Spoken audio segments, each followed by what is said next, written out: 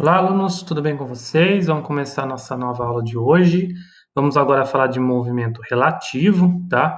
De certa forma, a gente viu um pouquinho no primeiro bimestre sobre isso, quando analisamos movimento em uma dimensão, mas o caso mais geral aqui é em movimento em duas dimensões, tá? Essa questão de movimento relativo, ela foi muito importante, né?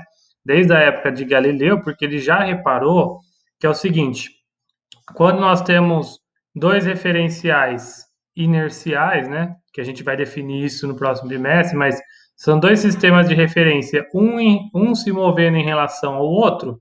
Então, se um evento acontece em um determinado referencial em movimento, como que seriam as coordenadas desse mesmo evento, né, nesse outro sistema de coordenadas que está em repouso, tá bom? E assim, em termos práticos, né, isso já era desde a época de Galileu já era percebido, né? Por exemplo, imagine que você está dentro de um trem em movimento, né? Então, se você jogar uma bolinha para cima, fazer qualquer tipo de experimento físico aqui, você vai ver um tipo de experimento como se tivesse o trem em repouso, tá? Então, você não nota diferenças de experimento físico desde que o trem esteja se movimentando com velocidade constante. Essa é uma questão importante. A velocidade aqui é constante, tá bom? Então, se o trem não tivesse janela, você não saberia dizer se o trem está em movimento ou em repouso, tá? E a ideia aqui é o seguinte: como que muda esse sistema de coordenadas, né? Você jogando uma bolinha, lançamento oblíquo, vertical, como que muda essas coordenadas para alguém que está lá na Terra em repouso, tá?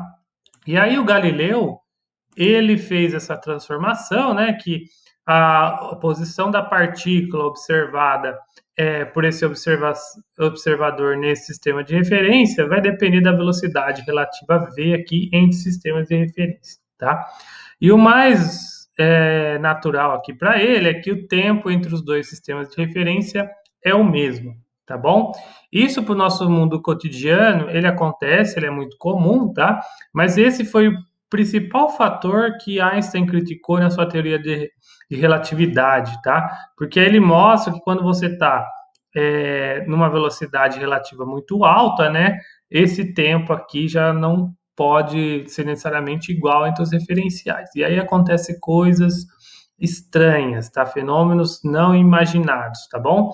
Mas eu vou deixar essa história do Einstein para uma aula específica de relatividade, tá? Que nós teremos posteriormente, tá?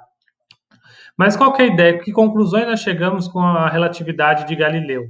É que o movimento ele depende do referencial. O exemplo.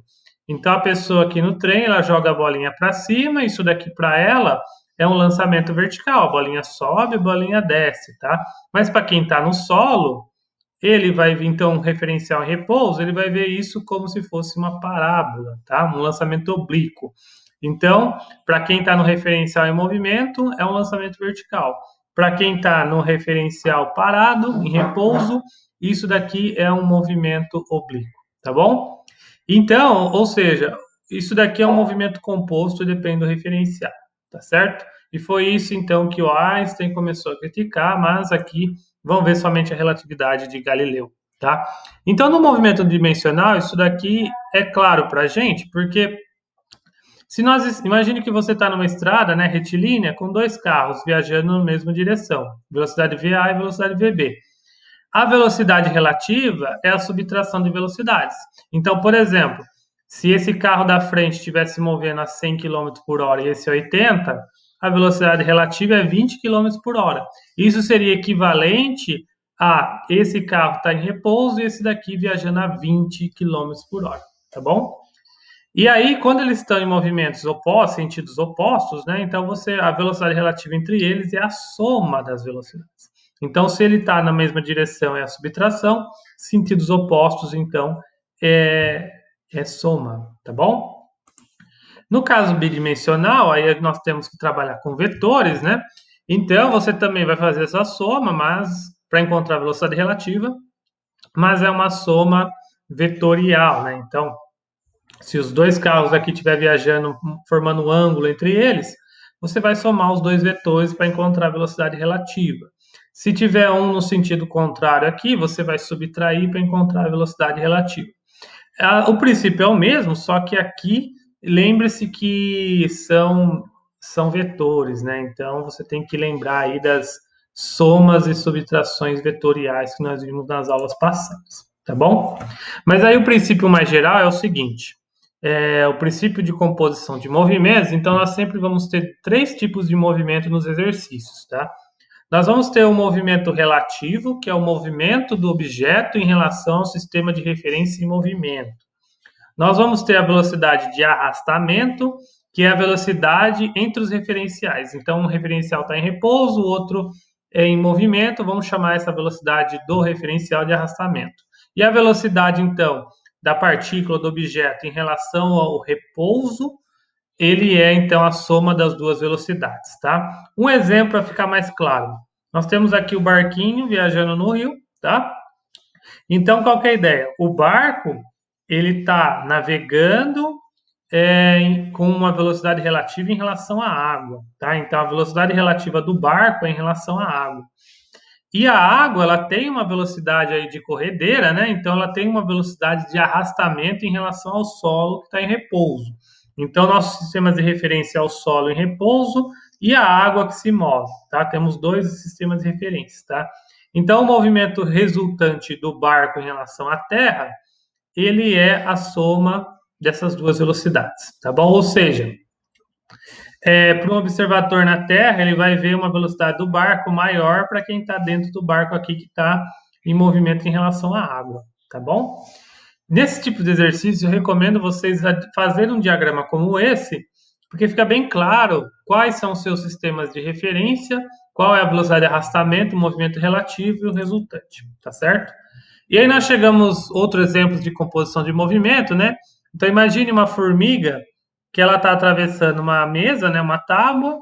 Então ela tem uma velocidade relativa em relação à tábua, mas a tábua ela está em um movimento aqui em relação ao repouso, ao chão, ao solo, né? Então a velocidade resultante da partícula é a soma vetorial dessas duas, tá? A velocidade de arrastamento, velocidade relativa da formiga, tá? E é a mesma coisa do barco e do avião, no caso, se você jogar um objeto, tá bom?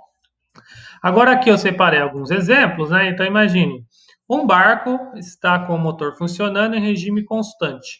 Sua velocidade em relação à água tem módulo de 5 metros por segundo. Notem, velocidade em relação à água.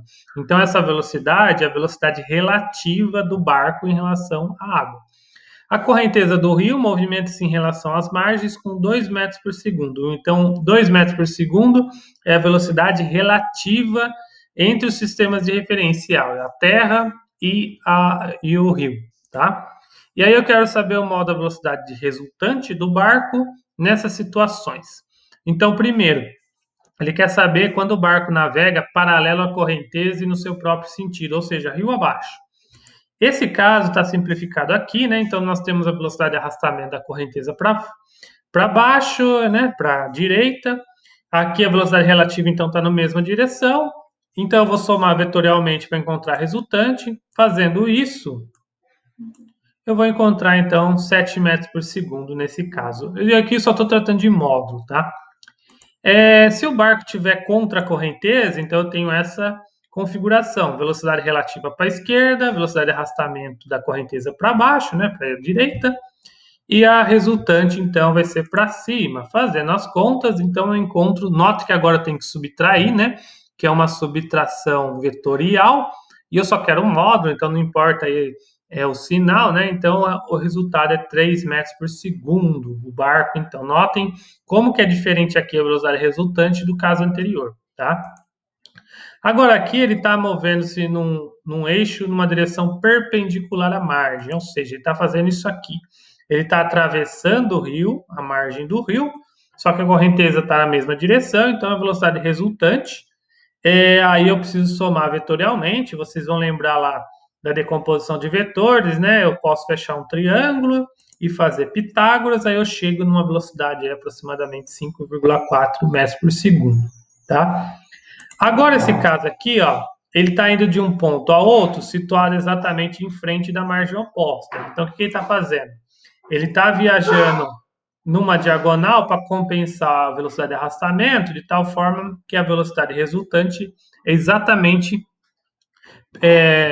perpendicular ao rio, né? De uma margem à outra. E aí, da mesma forma, né? Nós vamos ter que... Isso daqui, lembre-se que se eu fechar o triângulo, isso aqui vai ser hipotenusa, tá? E aí, eu aplicando Pitágoras, eu consigo encontrar uma velocidade de 4,6 metros por segundo, tá certo? Então, notem aí, em cada caso, nós precisamos descobrir a velocidade relativa, a velocidade de arrastamento e fazer uma soma vetorial em cada caso que é diferente, tá bom? Vamos ver esse daqui, ó, num dia sem vento, a chuva cai verticalmente em relação ao solo, então essa velocidade resultante, né, da chuva, com uma velocidade de 10 metros por segundo. Um carro se desloca horizontalmente com 20 metros por segundo, então essa velocidade do carro é a velocidade de arrasto, né, em relação ao solo. E eu quero saber a velocidade da chuva em relação ao carro. Eu tenho essa configuração, então. Então, a velocidade da chuva, né, em relação ao solo, a velocidade resultante é para baixo, a velocidade de arrastamento do carro eu coloquei para cá, e aí a velocidade relativa, né, da chuva em relação ao carro é aqui. E aí, notem como você é muito importante você saber as direções aqui, e aí você aplica, então, a soma vetorial e você encontra uma velocidade de 22,4 metros por segundo, tá certo? Então, note aqui a composição de velocidades, você identificar velocidade de arrastamento, velocidade relativa e resultante, tá? Agora, esse caso aqui é bem interessante.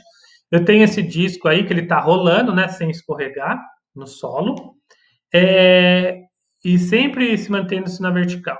O centro, ó, né, a gente chama geralmente isso daqui for um disco, né, a gente chama isso aqui de centro de massa, ela está viajando com uma velocidade v.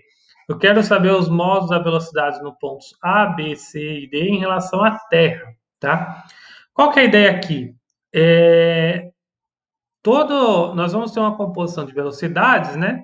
Que é a velocidade da partícula em relação ao centro de massa do disco, né? Então, cada ponto desse aqui, ele vai ter uma velocidade em relação ao centro de massa e uma velocidade em relação ao solo, tá? Se pegarmos a velocidade em relação ao solo, todo o disco ele está se movendo com a mesma velocidade v. Então, o ponto A, B, C e D, eles estão sempre dirigidos na mesma direção em sentido do centro de massa, tá? Só que se agora pegarmos, né, a velocidade de cada ponto em relação ao centro de massa, lembre-se, o disco ele está girando, então teremos uma configuração assim, tá? Então as setas azuis e verdes elas estão à mesma velocidade v, só que notem aqui que eu tenho que fazer somas vetoriais diferentes para encontrar a velocidade resultante. Então aqui eu vou somar v mais v, aqui eu vou subtrair, e aqui em b e d eu vou ter que tirar, então, uma componente resultante. Fazendo isso, então eu vou encontrar no ponto A velocidade é 2 vezes v, no ponto C ela é mínima, ela é zero, e no ponto V e no ponto D, se você tirar a diagonal aqui desse quadrado, né, as duas têm o mesmo lado, é um triângulo retângulo, você encontra a raiz de 2v, tá? Então, notem, o ponto onde tem maior velocidade é o ponto A, o topo, e o ponto onde tem menor velocidade é o ponto C em contato com o solo, que permanece em repouso, tá?